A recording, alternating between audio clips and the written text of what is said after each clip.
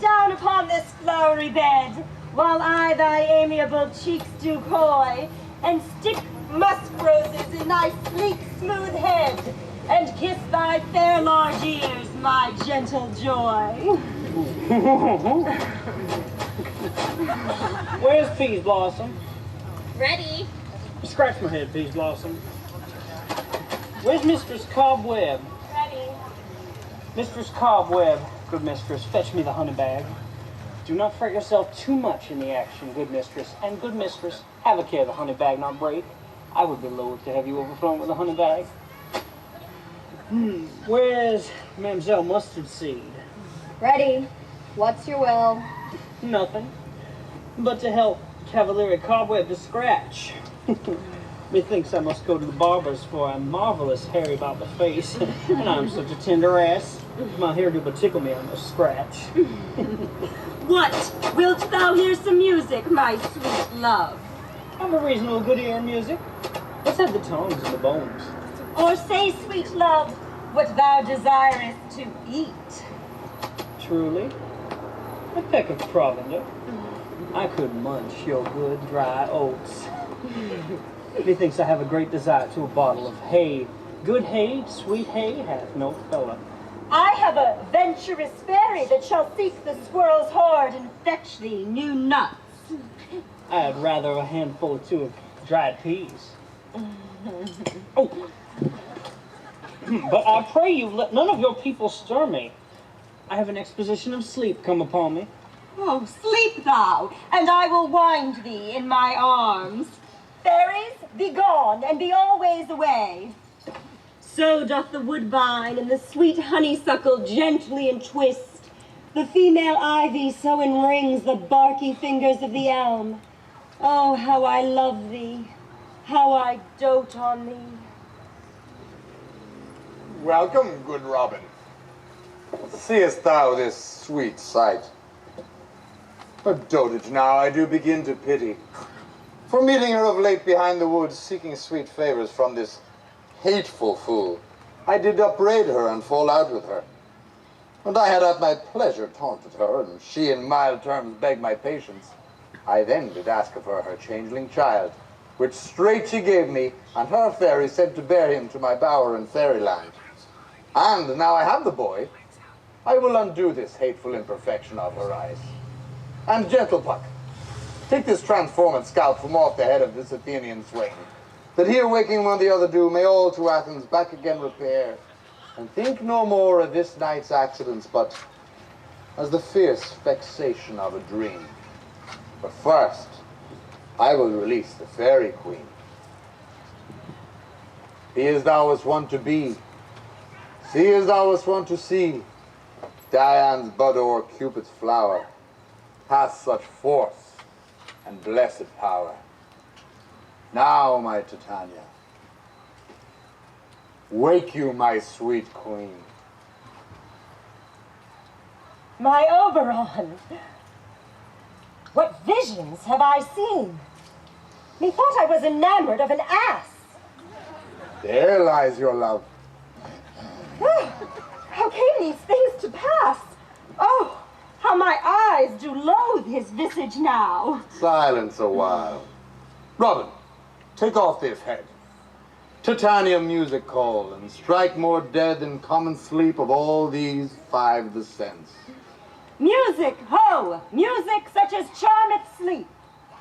Now, when thou wakest, with thine own fool's eyes peep. Sound music.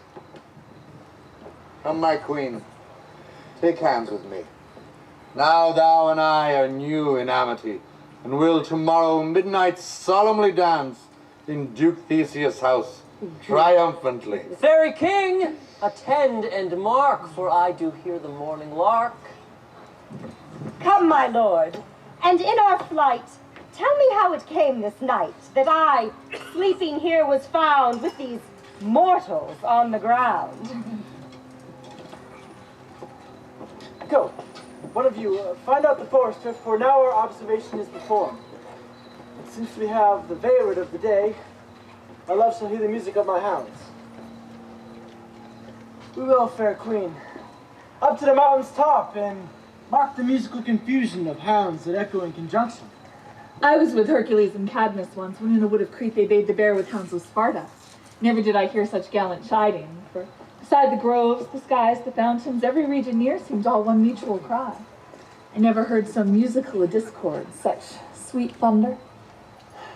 My hounds are bred out of a Spartan kind, crook-kneed and dewlapped like Thessalian foals, slow in pursuit, but matched to mouth like bells, each under reach.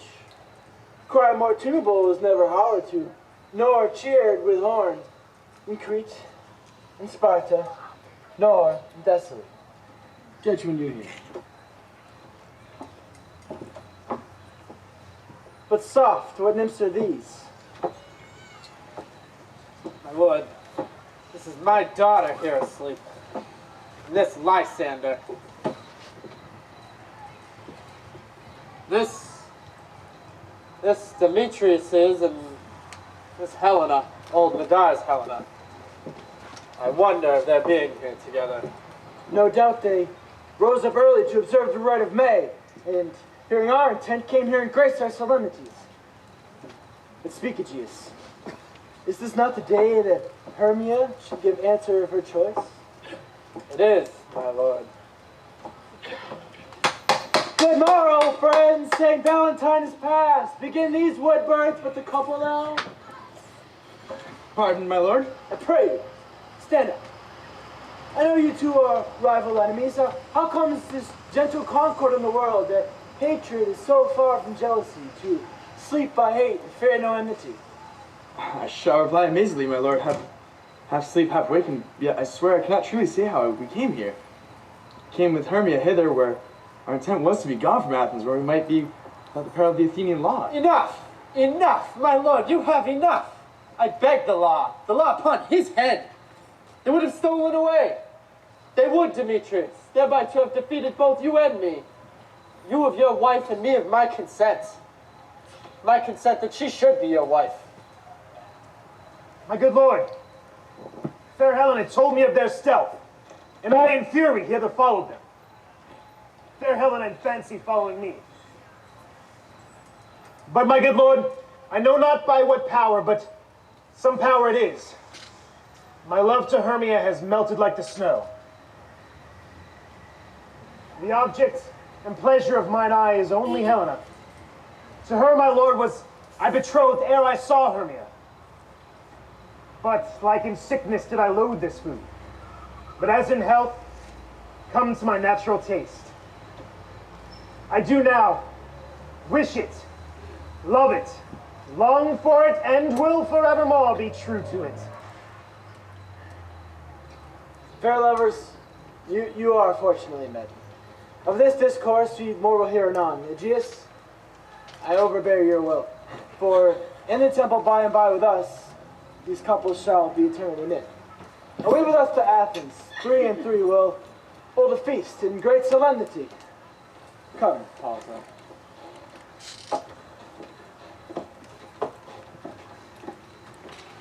These things seem small and undistinguishable. Methinks I see things with parted eyes, which now seem double. So methinks. And I have found Demetrius like a jewel, mine own, and not mine own. Can it be that we are awake? It seems that yet we sleep, we dream. Was the Duke not just here and bid us follow him? Yea, and my father. And Hippolyta. And he did bid us to the temple. Why, then we are awake. Let us follow him. And by the way, let us recount our dreams.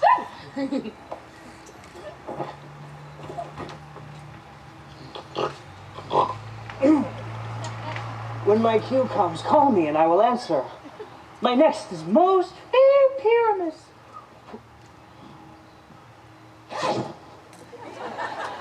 Hey ho! Madam Quince? Flute, the bellows mender! Snout the tinker? Starveling? God's my life, stolen hence and left me asleep.